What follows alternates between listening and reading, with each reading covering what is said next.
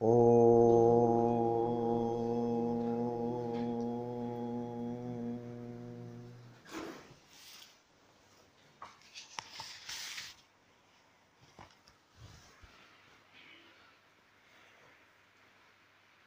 Bhagavad Gita, second chapter, 57th shloka. Yah sarvatranabhisnehah tattat prapya shubhashubham nabhinandati na dveshti tasya prajna pratishtita. Arjuna has asked Sri Krishna the question, how does a person of steady wisdom and steady mind act and conduct oneself, and how to understand that a person is of a steady mind or steady wisdom, sthita prajna, or a person who is samadhistha, established in samadhi or control of the mind. So how to understand? That is the question. And in answer to that question, Sri Krishna is giving different characteristics. The first characteristic he gave is that a person has no desires and is content in oneself. And the second characteristic is that one is not disturbed either in happiness or misery, and has no attachments, and is above attachment, fear and anger. Now he says, Yaha, one, sarvatra, everywhere, anabhisneha. Sneha here means attachment, without attachment, tat, whatever, shubha, ashubham. Shubha means good, ashubham means evil, prapya, receiving, na abhinandati, does not rejoice upon receiving good, na dveshti, is not disturbed or does not get vexed on receiving evil. His tasya, that person's, prajna, wisdom, pratishtita, is fixed. So a person who is sthita prajna, who is a person who is sthita prajna? A person who is unattached in all circumstances. A person is unattached in all cases. Suppose somebody is traveling by car and goes on the road and sees some poor people. So there is so much of unattachment when you see a poor person. You are not at all attached by the condition of that poor person. You go and you see, oh, this person is poor, and you are unattached. You don't bother about the condition of the poor person. So that not that kind of unattachment is talked about. When somebody dies, people are all unattached. You can see nowadays world is becoming increasingly unattached. Nobody has any botheration for others suffering. Unattached. Some bomb explosion takes place. How many people died? 10 people only. Oh. So suppose it is 500, then you are happy. Oh, now good score. So that is why sarvatra, unattachment everywhere, not this kind of selective unattachment. Whenever it does not bother you, you are unattached. Whenever that person has got nothing to do with you, you are unattached. But otherwise, you are attached. So as long as the 500 rupees note was belonging to somebody else, people were saying, you see, there is so much black money, this, that. But when the 500 rupees note was your 500 rupee note, then everybody was crying, oh, my 500 rupee note got demonetized. So that kind of unattachment is not being talked about. That is why this word sarvatra is very important. Unattachment everywhere, in all circumstances. Whether it is your children, whether it is somebody else's children, whether it is your house, whether it is somebody else's house or other possessions, unattachment everywhere. And so a person is unattached in all circumstances, and that person, tat, whatever that person is unattached with, that person, whenever that person gets any good out of that thing, shubha, or whenever that person gets any evil out of that thing. So when that person gets good, that person will not be elated, will not jump in joy. And when that person gets something evil, evil fruit or evil result, that person will not be disturbed. This is the most important quality of a person who is Sthita Prajna. So that person cannot be disturbed at all. Whatever may come, that person cannot be disturbed.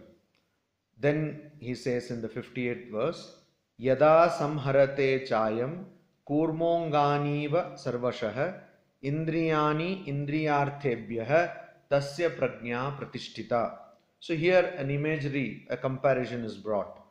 Yada, when, cha also, I am, this person, that is the person who has got a steady wisdom, sthita prajna.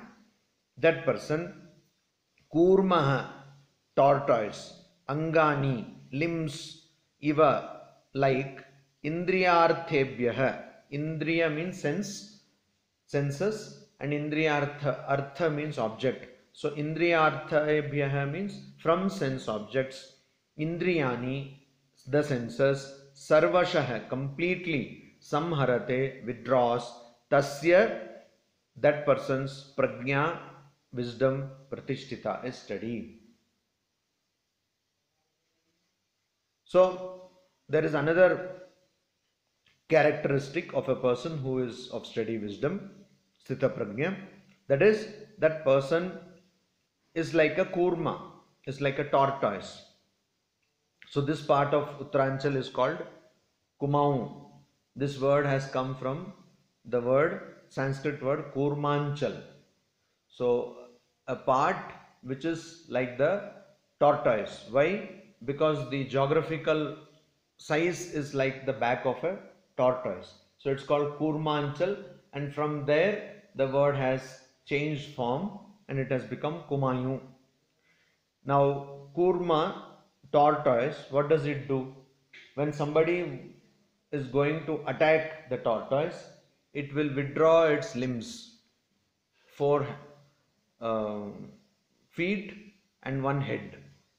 These are the limbs which are outside a tortoise. So it will withdraw its limb and it will go inside the shell. So that is its defense mechanism.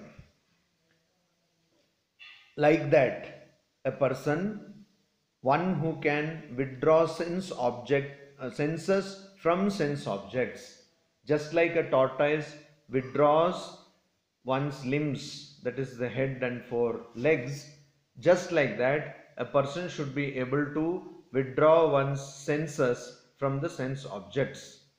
So one has to withdraw completely, sarvashah. So if there is something which is very bad or you don't want to see it, you immediately run away. That which is not pleasing to your senses, you don't want to see. So you withdraw your senses from that. That is not what is intended by this shloka.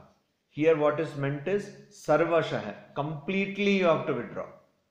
Not whatever you don't like you withdraw, but completely you have to withdraw.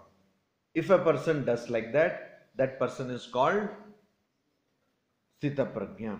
So about Chaitanya Mahaprabhu, it is given, this example is given, that this sugar candy when put on his tongue, it rolled down. So the tongue was so dry. It did not salivate. Whenever you see something, some food, saliva is produced in your tongue.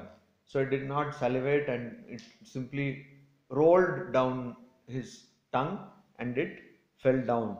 So that kind of complete control or complete victory over the senses, if a person has, that person is called Sthita Prajna.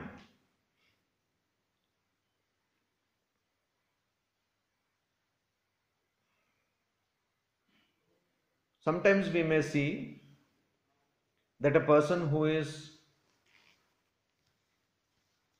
of God realization may be enjoying a meal. In the life of Sri Ramakrishna and the life of Swamiji, we see this. Sri Ramakrishna is telling Sarada Devi how to cook things, and she is cooking, and then he says, you put this masala, that masala, everything, and he used to relish his food. Similarly, Swamiji was known to be a very good cook, and he also used to relish his food.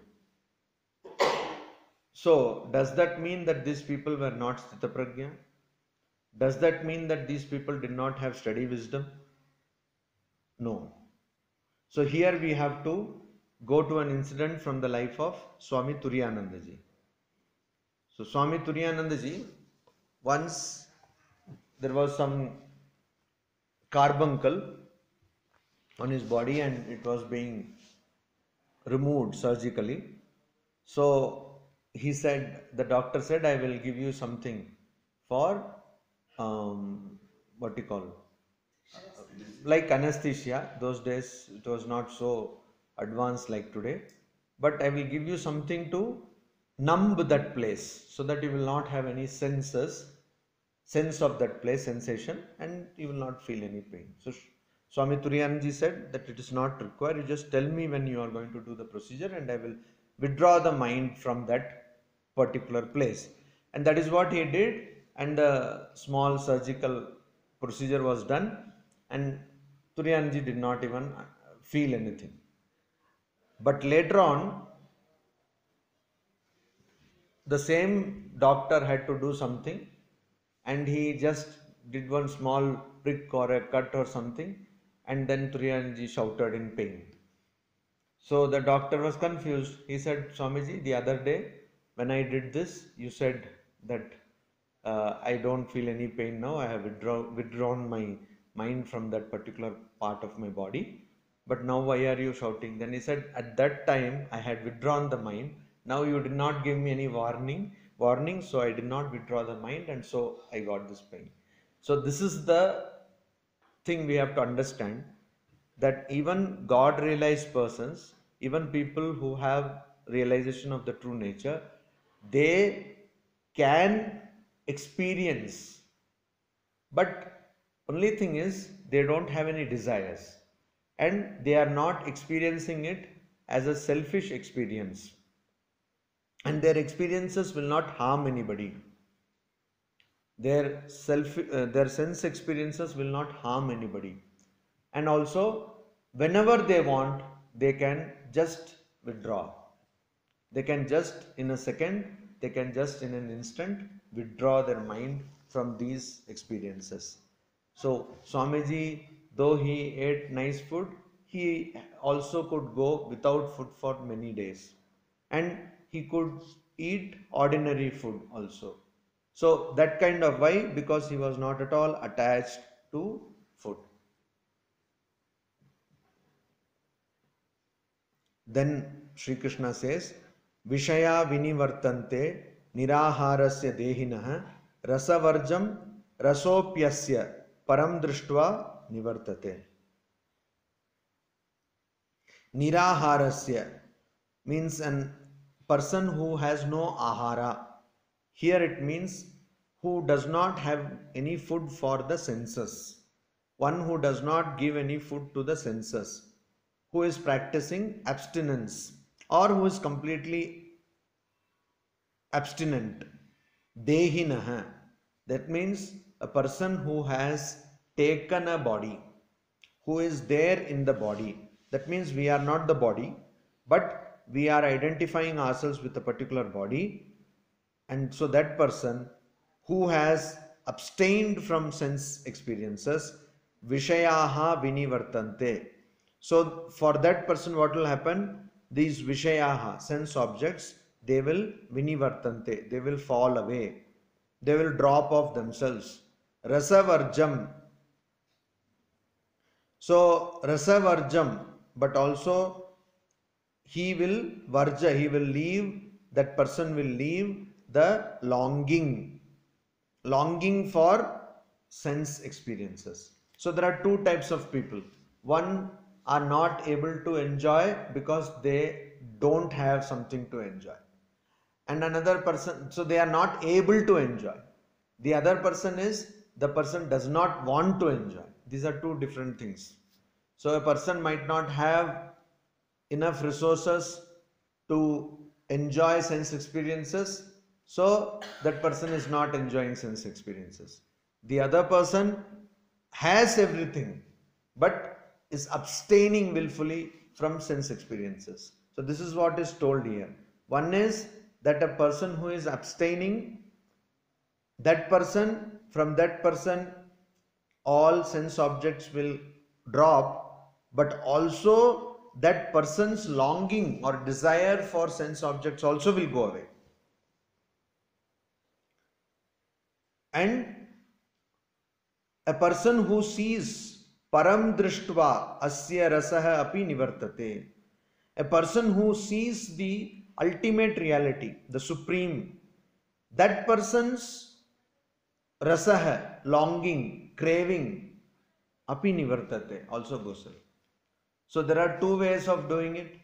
One is you abstain from sense objects and then go on the path of supreme knowledge. That you have to do. And second one is this. You said two ways.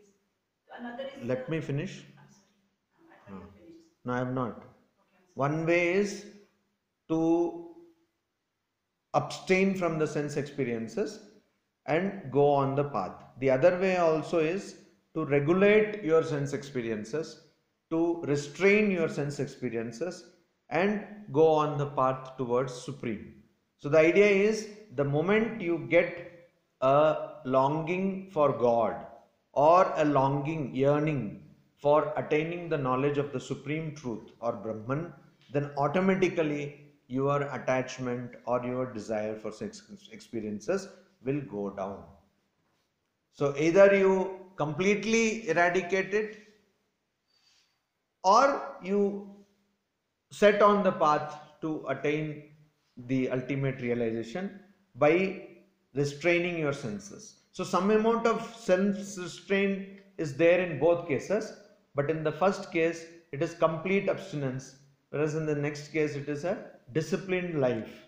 So this is, the second path is much more simpler, but anyway in both paths you have to go beyond the sense experiences. Like Sri Ramakrishna says that if you have to go to the north, if you have to leave the south, instead of thinking that I have to leave the south, you just walk towards the north direction and automatically south direction will be becoming farther and farther.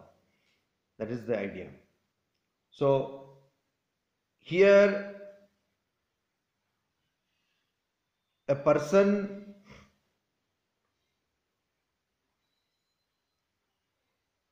who is abstaining from sense experiences could also be interpreted in a way that a person is one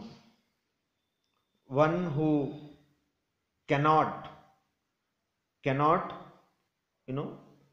practice sense experiences or enjoy sense experiences because that person is having some kind of incapability, either physical or because of not having money, etc., etc. So in that case, what will happen? That case, all the sense objects will become useless to that person. But a person who is on the path to spiritual life, this is another kind of interpretation of the same shloka. A person who is on the spiritual life, that person might be able to enjoy all the sense experiences, but because that person has something higher as one's pursuit or goal, that person automatically will cease to have any longing for sense objects. So what Sri Krishna is telling Arjuna is, you try to realize your true nature, that is Brahman or Atman, and automatically your desires or your longing for sense experiences will go away. Yatato hi api kaunteya purushasya vipashchitah indriyani pramathini haranti prasabam manah. So all these things we know, most people know, but our problem is we are unable to practice it. So why does this happen? Even before Sri Krishna is asked by Arjuna, Sri Krishna says himself, he says, Kaunteya, O son of Kunti, Yatatah, even a person who is striving, who is struggling, trying, Vipaschitah Purushasya. Vipaschitah means one with a special vision. Purusha, person. So a person who has got a special vision, a special understanding of things. Api, even that person, that means a wise person, even that person, he indeed, pramathini, turbulent. So pramathini, all these senses which are very restless, turbulent, violent, and they are prone to committing mistakes. They commit mistakes. So pramathini indriyani, from these senses, prasabham, violently manaha haranti. So these senses, what do?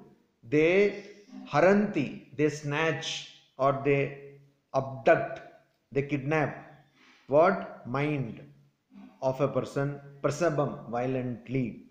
So even a person, the person who is trying to attain perfection, trying to attain the knowledge of oneself, self-realization or God realization, or the realization of Atman or Brahman, even such a person's mind is violently snatched away by the senses, which are how? Turbulent senses. So yes, you are sitting to do japa or meditation. You are sitting on a seat, and then what happens? Suddenly there is the smell of Bisibalabad. Okay. So Bisibalabad. So suddenly the smell comes, and then you think, aha, so nice. So now this meditation, has it happened?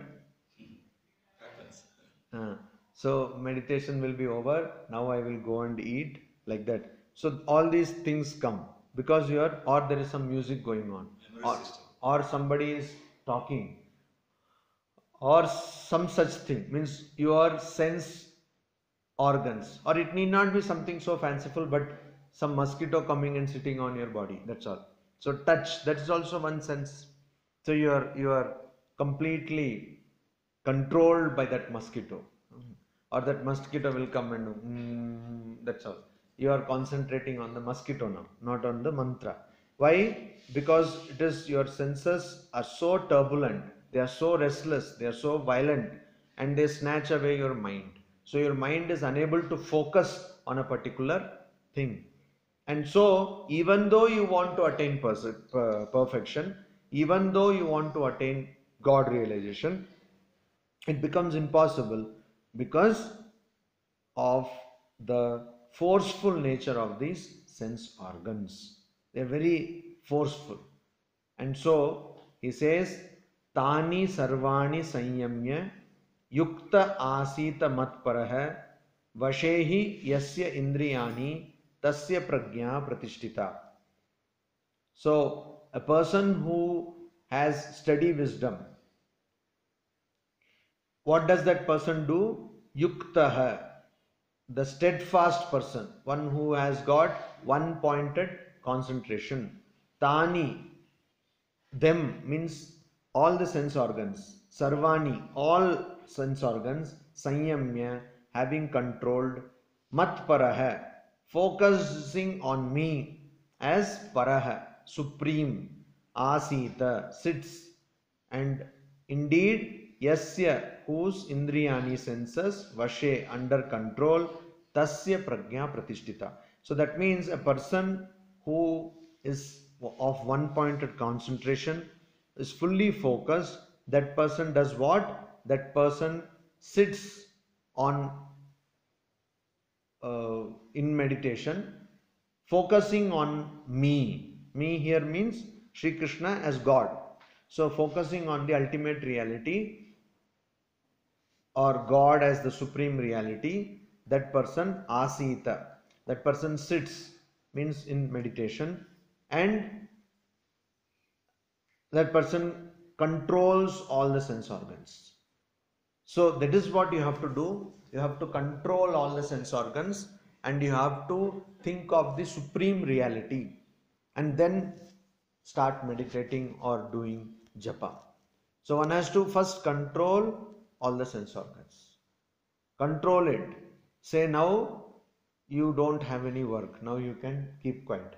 Now you just keep quiet. Now I am going to meditate. So no sense organ will disturb you. You have to have that control over your sense organs, 5 sense organs and the mind. So 6 senses you have to control. And he says that yasya indriyani vashe tasya prajna pratishtita. A person who has controlled all the senses is a person with steady wisdom. A person who has controlled all the senses is a person with steady wisdom. So this is another characteristic of a person who is of steady wisdom. So Sri Krishna was asked by Arjuna, what are the characteristics of a person who is Sthitāprajñā and Samadhistha? And here he is giving all the characteristics. Om Shanti Shanti Shanti Hari Om Tat Sat.